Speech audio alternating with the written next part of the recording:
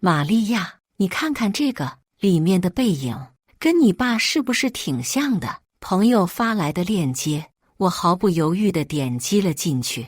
视频中，一个年轻靓丽的女孩与一个看似中年的男子在海边悠闲地散步，手拉着手，对着镜头比出了心形。那女孩子的笑容灿烂如花，充满了青春的活力，但我的目光却紧紧锁定在男子身上。那背影为何如此熟悉？难道……大家好，开始今天的分享之前，希望你能给人间烟火点个订阅，我将会分享更多优质的内容。我心中一紧，立刻拨通了我爸的电话，他此时正在外出差。爸，你现在在哪儿？我试探着问。电话那头，爸爸的声音显得有些疲惫，在开会，现在不方便说话。他的语气里透露出深深的倦意，让我心中疑云更重。我不敢深究，因为我怕触碰到这个家的禁忌。妈妈对这个家付出了太多，爸爸是她的全部，我不能让她的世界崩塌。然而，妈妈的脸上却写满了担忧。你爸怎么还不回来？他出差已经好久了，他眼中的期待如同脆弱的泡沫。我不忍戳破，只能安慰他：妈，别担心，爸爸很快就会回来的。但心中的不安却越来越强烈。我决定亲自去找寻答案。当我再次打开那个视频链接，仔细研究起那个博主的资料，一切似乎都指向了一个我不愿接受的事实：爸爸和这个叫寂寞星辰的女孩已经在一起很久了。他们一起游历了世界各地，留下了无数的甜蜜瞬间，而那些我曾经梦寐以求的奢侈品，如今却出现在了这个女孩的身边。我的心在颤抖，但我还是鼓起勇气，继续翻看她的动态。和大叔在一起的每一天都是甜蜜的，这是她的最新动态，配图是一辆价值400万的豪车。那辆车我曾经和妈妈一起在车展上看过，妈妈当时的眼神是那么的渴望，但爸爸却以种种理由拒绝了。如今，他却成了别人的座驾，而我却只能在这里独自品味这份苦涩。可在寂寞星辰的视频之中，我才发现我爸不清高，他只是不爱我和妈妈。瞧瞧，在视频里，他对小三满目欣赏，不嫌小三有丝毫聒噪，配合小三拍照摆弄造型，配合小三亲吻示爱，给予小三浪漫1年。哪怕我做好准备，但是这些视频信息对我的冲击力也巨大无比，我难以隐忍，扑通一声把手机摔倒地上。女儿，你摔手机？刚买的，你舍得？我妈不知何时前来，我急忙收好手机。妈，我没买到商务舱，在生气呢，不过买了经济舱。闻言，妈妈又陆续准备了很多爸爸喜欢的食物，让我带去给爸爸吃。我拿着食物出门，本着不该浪费粮食的精神，我把吃的递给几个环卫工人。根据寂寞星辰的视频地址，我义无反顾去了他们所在的国家。没想到千山万水找到的老爸，他竟然舔狗似的帮小三捏肩膀。小恒，这样舒服吗？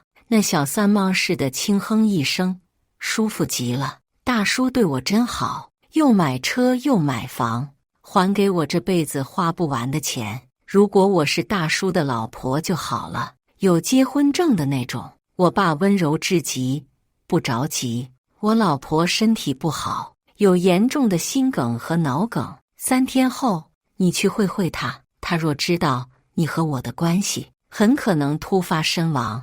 他语气温柔缱绻，谈笑间恨不得取妈妈的性命。我妈跟了他几十年，把他当唯一的信仰、精神支柱，他怎么敢？人非草木，孰能无情？可是他却将我妈视为仇人，还想着小三上门刺激我妈，导致我妈诱发疾病身亡。小三又问：大叔，你还有一个女儿叫玛利亚，她到时候要对我不利呢。”听闻我的名字，我万分警觉，竖起耳朵，不敢遗漏一个字。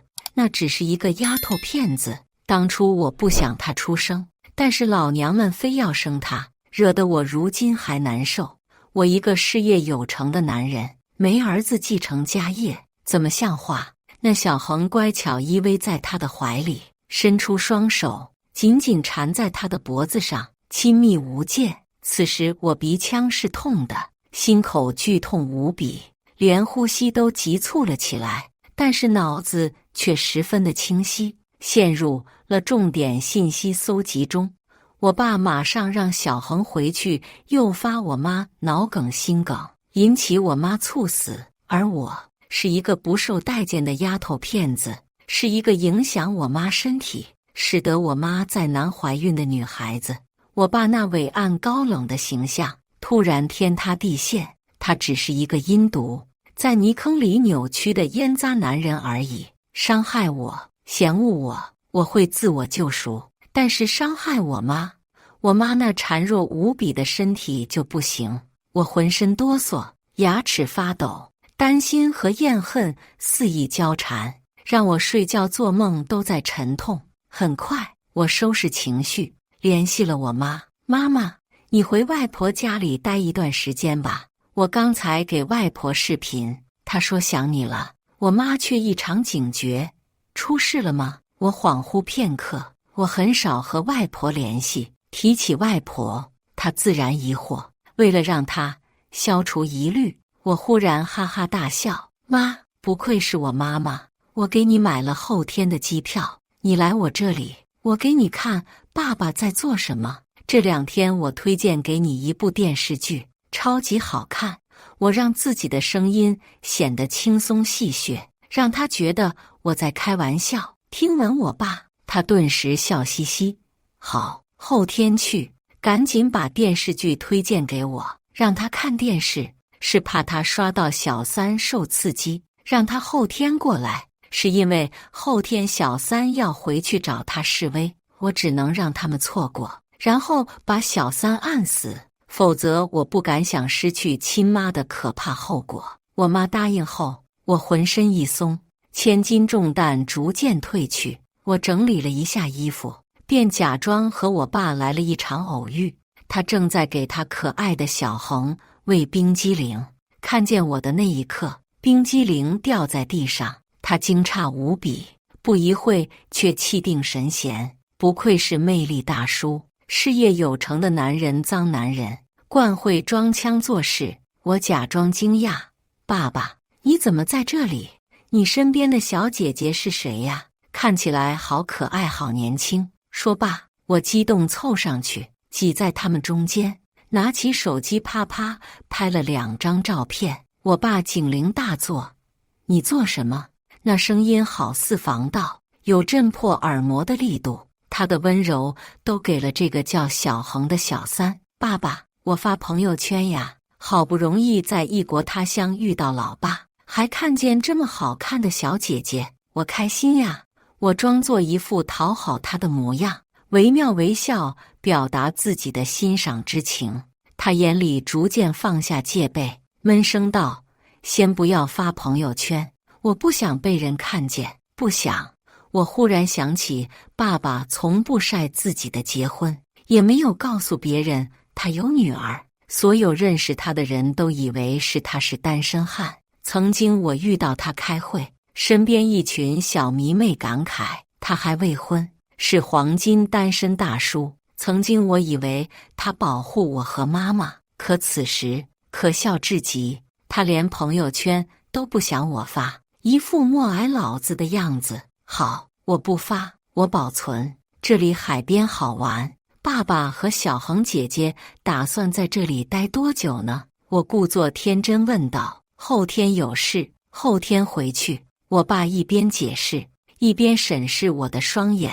我若无其事，这边很好玩。爸爸，小恒姐姐，你们太般配了，你们好好玩吧，我去歇一会。可我刚走不出10步，我爸呵斥道：“玛利亚，你回来！”我转身，目光清冷，尽量克制自己十分糟糕的情绪。我爸是老狐狸，要钳制他，必须冷静，不按照常规出牌，否则他那么恶毒，不会给我好果子吃。他是一个老板，有雷厉风行的手段。我没想到好法子之前，不管跟他碰撞什么事，我诧异询问：“你到底什么目的？”说话阴阳怪气。玛利亚，别以为你偷偷摸摸前来抓我的秘密，我就会被你拿捏。你要知道，我是你爸，你们所有的吃穿用度都是我提供给你们的。倘若你们做出伤害小恒的事，我不介意把给予你们的东西全部收回。他眼神冰冷一片，语气凌厉无比，甚至跟他员工说话都用不出这样的语气。这就是我的好父亲。以前他对我无明显的爱，我尚且卑微讨好，小心翼翼。如今他人模狗样，使得我想忧。我知道你是我的爸爸，我会听话的。我低头，声音委屈，任谁看了不说一句这女孩子真乖。可当我转身的时候，在窃听器里听见小恒的娇嗔：“大叔，你不是说你女儿很厉害吗？你迟疑这么久，想了1年的法子，不就是怕她找事发难吗？可是你女儿看起来情商不高。”不清楚，虽然是个丫头片子，但却是棘手的，因为她维护她妈。我爸冷漠分析之中，每个字都带着对我的蔑视。我眼里布满寒霜。窃听器是我合照的时候丢进小恒的包包里，如今他们的一举一动皆在我的掌控之中。若不是为了我妈，我也不会演得如此辛苦，必然会发疯撕破他们的嘴脸。很快，我妈飞往此处，我爸和小恒决定好去我妈跟前示威，而我收拾了衣服，立马跟着狗男女去了机场。路上，我不忘给表姐打了电话：“表姐，我妈过来了，麻烦帮我隐瞒我妈一件事，千万不能让她很快的知道。”我把渣男劈腿的事告诉了表姐，在异国他乡的表姐气愤不已，当即发信息给我：“放心，我会缠着小姨，不让小姨那么快回去，在这里多玩一段时间。你回去打脸渣男贱女。”表姐喜欢我妈，又能抽出时间，我反倒是不着急，一路飞回家。在他们开门之前，我好整以暇在屋子等着二位。爸爸，小恒，3日不见如隔3秋，我早先你们一步回来了，惊不惊喜，意不意外？既然撕破脸，就没必要顾及脸面，反正妈妈不在家里。我爸侧目看了一会我身后，皱眉质问：“你妈呢？”我扑哧一笑：“你不跟我妈联系，你带仨回来，准备给她一个惊喜吗？”我爸大概被我的傲慢和轻蔑刺激坏了，他动手一把推搡在我身上，我没站稳，差点一个趔趄。彼时我还未起身，他的声音便在我头顶盘桓：“玛利亚，我知道你担心什么，你那么卑劣无耻，鬼点子不少，还不是想着帮助你妈？我是你爸，哪怕你不喜欢我，但是也改变不了我是你爸爸的事实。”说罢，我爸拿起手机，不紧不慢拨打了我妈的电话。他得意的宛如恶魔，打开了免提，故意让我听见我妈着急的声音：“老公，你怎么走了呢？女儿说看见你，但是我飞过来，并未发现你，给你发信息，你也不回，打电话也不接，你到底在哪里？”他的声音充满了温情，每个字都带着浓郁的爱情。他爱我爸，很爱很爱。我一颗心提到了嗓子眼边上，没想到我爸铁了心要带3气死他。老婆，我回来了，出差回来找你，但是女儿也在家里，她也回来了。她把你忽悠过去找我，可是她却跟着我悄悄回来。老婆，我在家里等着你，你赶紧回来吧，我想你了。我爸咧开嘴角，说着最温柔的话，伸出最狠厉无情的刀。我刚想开枪让我妈不要回来，可是我爸迅速挂断了电话。女儿，你虽然厉害，但是我铁了心要介绍小恒跟你妈妈认识，你也阻止不了我。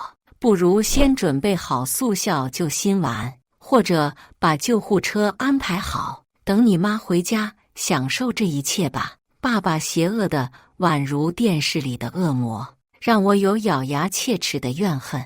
可我不能陷入其中，我担心我妈，我想让妈妈做好心理准备，免得一回家就遭受打击。可是手机在我掌中如烫手的山芋，让我焦躁要命。我最爱的妈妈，我视如珠宝的母亲，如何让她面对这残忍的一切呢？我捧着手机，蹲在地上，脑子都要炸裂。当我情绪焦虑极致的时候，忽然有开门的声音，是谁来了？我不由自主窜出去，却看见妈妈满脸寒气进门了。她脸色惨白到极点，好似半截身子进了鬼门关。然而小三缓缓放下手机，得意靠近我妈。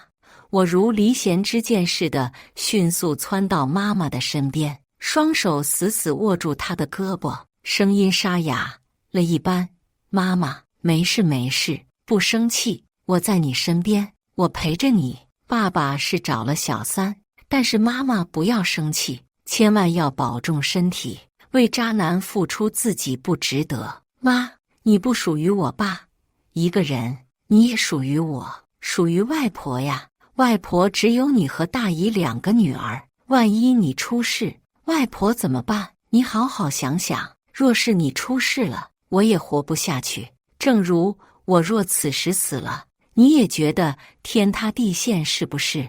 我双手越握越用力，恨不得把我每一句话镌刻在他心里。医生说他不能生气，不可以有剧烈的情绪波动。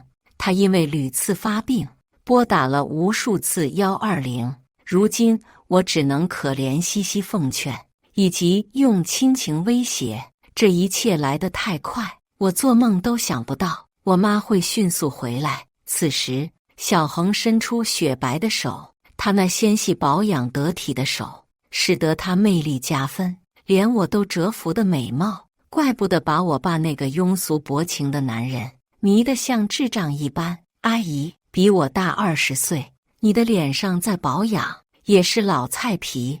你长了那么多手纹，脖子有颈纹、法令纹，甚至发缝那么宽，脱发了吧？你的腰杆子也粗了，你拿什么跟我比？我可以给大叔生儿子，你却连生育功能都丧失了。你还要继续霸占大叔吗？大叔给了你们这么多年的财富，让你们成为太太小姐，够了，你们别恬不知耻，用松弛的身体去作践大叔的爱情，不觉得自卑，自己不配吗？小恒的一番话对我和我妈有目瞪口呆的震惊。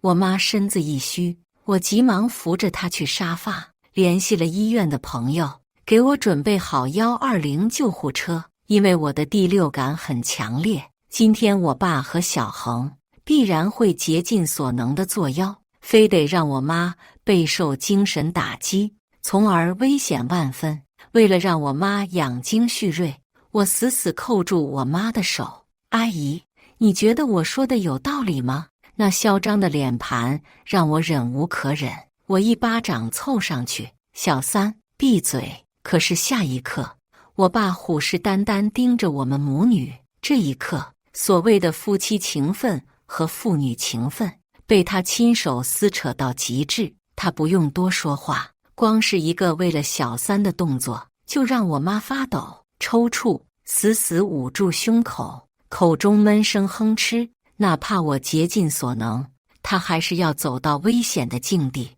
我嘶吼大叫：妈，你振作起来！为了渣男难受不值得。我爸和小三却对视一笑，眼里都是喜悦。不过我妈昏迷后1秒，120迅速拉着我妈去了医院。我坐在救护车上，听闻小三娇嗔道：大叔，你那个老婆这一次上救护车及时，只怕死不了，难不成还要气他一次？不担心，再刺激他的话，只怕没这一次的效果。不如这一次把他刺激彻底一些。我把我们之间的点点滴滴发给他，只要他醒来，就可以看见我们的一切。我爸着了魔似的，已经彻底丧失的人性。而我得知这一次我妈没生命危险，只是需要长时间的救治和住院后，我的愤恨达到了极点。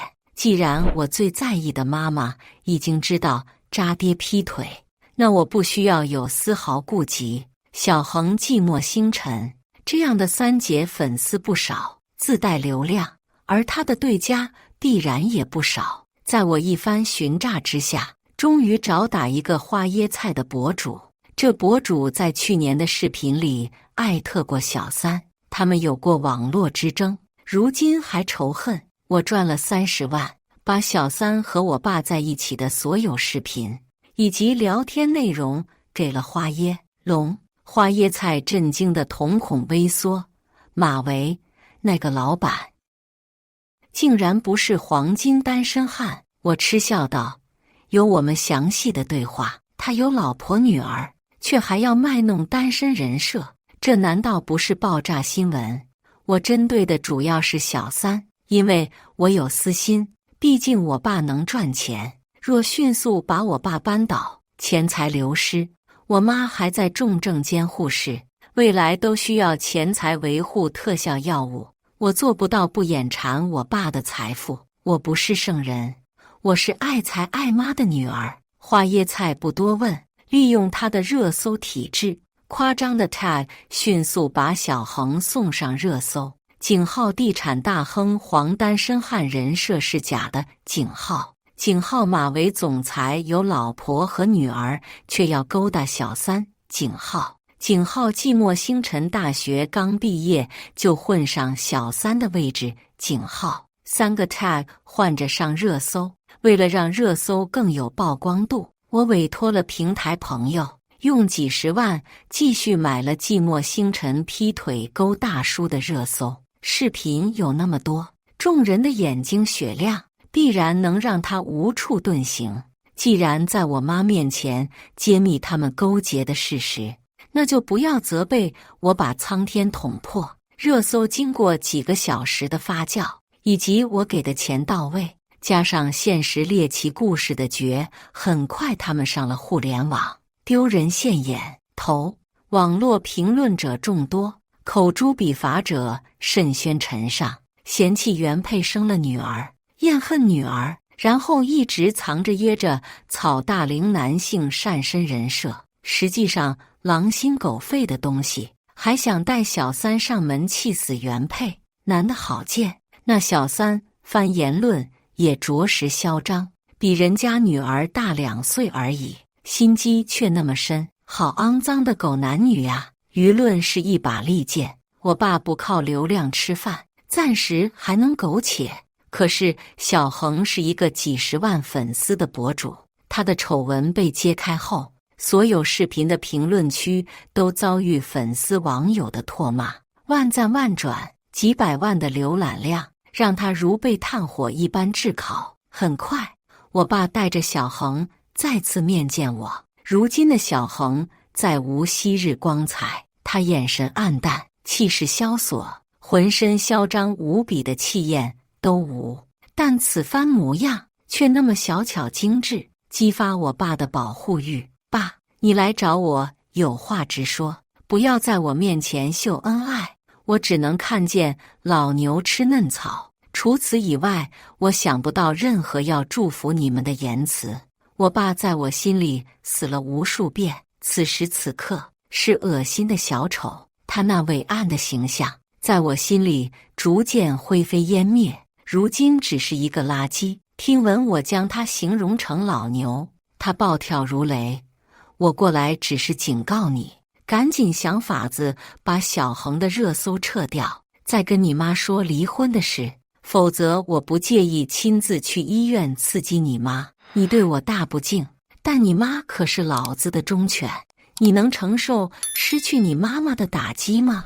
她很会拿捏我的七寸，提起我那个重症病房的母亲，我异常焦虑。若不是120去得及时，她可能死了。可在重症病房里的母亲再也受不了一点刺激。我已经委托无数心理师去守着她，只要她醒来，必然给她建设内心。见我不开枪，她眼里弥漫了一层满意。给你3天的时间，你妈妈那边的事我比谁都清楚，你自己看着办。小恒小女孩似的拉着我爸的衣袖，眼里波光激艳，可怜到骨子里。大叔对我真好，我太喜欢大叔了。我爸伸出手来了一个公主抱，把她抱在怀里，转身而去。我忧愁万分，打开电话片刻，但是焦虑之感让我毫无耐心。气急败坏之下，我把电脑瞬间扫到地上。为什么我妈非得爱我爸爸呢？若不爱他该多好！我送小三上热搜这个举动就可以挫他们的锐气，可现在不能了。我联系了花椰菜，让事情熄火。我又随手赚了50万，等着事情的平息。可是离婚这种事，我爸铁了心想升官发财，找小三死老婆，现在变成踢老婆。依照我妈的性格，她是宁可死也不会离婚，不可能离开我爸。没2天，事情反而发酵得更为严重。无数网站平台，很多人搞二创，为大叔劈腿萝莉小妹的事情疯狂造势。花椰菜十分无语，对不起，这件事压不下来，反而越压越火。毕竟大众的猎奇心太强大，根本没法浇灭事情的喧哗。事情闹得我随便刷视频都清一色，被编写了各种小作文，有的文章故事大火，给网站作者赚得盆满钵满，从而也影响了我爸公司的股价。当然，备受影响的是小恒，他很多视频被举报，甚至被封号处置。若我妈不是纯爱战神，这种结果对我来说是莫大的爽文结果。可问题是，我妈爱着我爸，这该怎么办？在我着急如热火蚂蚁团团转的时候，我爸发来了一段语音：10分钟之前，你妈从重症监护室出来，我马上到你妈的所在之处。老子要求你把事情压下去，可是你只是引火的一把好手，却是处置事情的废物，所以你就要承担失去他痛苦。原本离婚就行的。语音那边，我爸带着让我心碎的得意，我手机滑下来，整个人处于蒙圈的状态。但1分钟后，我跌跌撞撞准备好一切，急忙赶往医院。路上，医院的朋友着急万分，你妈妈不能再受刺激了。可是你爸带着3姐前来，如今跟你妈妈当面对质，你爸要求离婚，而且那3姐也怀孕了。我急速捂住心口，难受得要命，急忙让司机赶紧驱车去医院。路上好似有人揪着我的心，告诉我没妈妈了。无法想象，若是去医院看见我妈冰冷而绝望的样子，未来长路漫漫，我该如何活下去？我爱我妈妈，我是妈宝女呀。当医院近在咫尺时，我竟然不敢挪步。在阳光下的医院，此时看起来就好似瘆人的坟墓。爸爸的豪车就在显眼的位置，我却不敢看。可是不敢归不敢，我还是要迈出悲痛的一步。当我恍惚做好心理准备，我妈若被气死后，我拉着小三和我爸下地狱。我甚至抬头看了一下医院的楼层，正好5楼，靠窗户，可以带着渣男贱女一起下来，必然不会死。我缓缓行至5楼，绝望如行尸走肉的我，竟然听闻我妈尖锐的唾骂，宛如一场迷离的梦，将我迅速拉回现实。马维、张小恒想让我诱发疾病去世呀，还以为我沉沦在爱情里。马维，你见不见呀？我如今好好的，恐怕让你失望了。我不会受气，也不会闹着离婚，只要我不开口离婚，我熬死你们！瞧瞧你们两个样子，一个道貌岸然，个不伦不类。我呸！竟然是我妈中气十足的声音。我妈没被气死，我拔腿就往病房跑去。当和她四目相对那一瞬间，我妈急忙招手：“囡囡，过来。”我流泪扎入她的怀中，她低声道：“对不起，我这2天一直处于昏迷状态。我醒悟了，我知道最重要的是女儿，不是渣男。所谓的爱情不过是一厢情愿。我大彻大悟了，闺女，对不起，让你担心。”我抽噎着不能自己，根本控不住那汹涌翻滚的眼泪，灼热而又滚烫。没想动我纯爱的妈妈竟然走了出来。只要走出爱情的漩涡，我和她随便能碾压渣男贱女。此时我爸和张小恒慌乱，我爸着急道：“可是我不爱你了，我要离婚，我们之间不相配。”我妈擦拭了腮边的眼泪，语气十分犀利，而且前所未有的冷静，骂为：“不离婚，死也不离婚。至于张小恒，你好好生孩子，等你生下来再逼宫。”冷静的老妈就好似熹妃回宫似的，霸气全开。我瞬间恍惚，我妈好似重生了一般，说是不讲亲爱，言行举止对我爸尽是厌恶。待我爸和小恒离开之后，我妈收敛情绪，对我严肃认真道：“女儿，我不想离婚，并非因为爱你爸爸，此番模样倒是让我十分熨帖。反正我觉得他彻底改变。我知道不离婚有花不完的钱，我爸的确是赚钱的能手，即便是逼他净身出户，没多久他可以死灰复燃，还不如把他当我们的长工。只是不甘心罢了。夫妇共同财产，却有别人的一半，我十分生气。”我妈冷笑道：“放心吧，小恒肚子里的是女孩子。我昏迷的时候做了一个梦，梦见我被你爸他们气死了。我死了后，你也死了，我变成了野鬼，却意外发现小恒生的是女孩子。你爸这一辈子求之不得，他没那个命。”我惊愕地看着我妈，不知道该如何回应她那个离奇的梦。但我知道，无论梦里发生了什么，现实才是最重要的。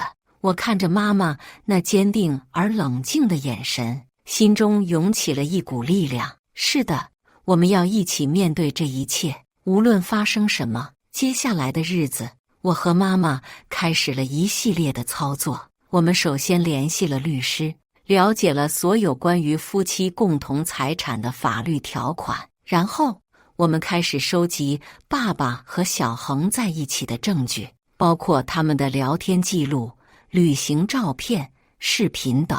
这些证据将在未来可能的法律纠纷中起到关键作用。同时，我和妈妈也开始重新审视我们的生活。我们决定要更加独立，不再依赖爸爸。妈妈开始重新找工作，而我也开始更加努力地学习，希望能够在未来有一个好的职业前景。就这样，时间在忙碌和等待中慢慢流逝，小恒的肚子也越来越大，而他和爸爸的关系也开始出现裂痕。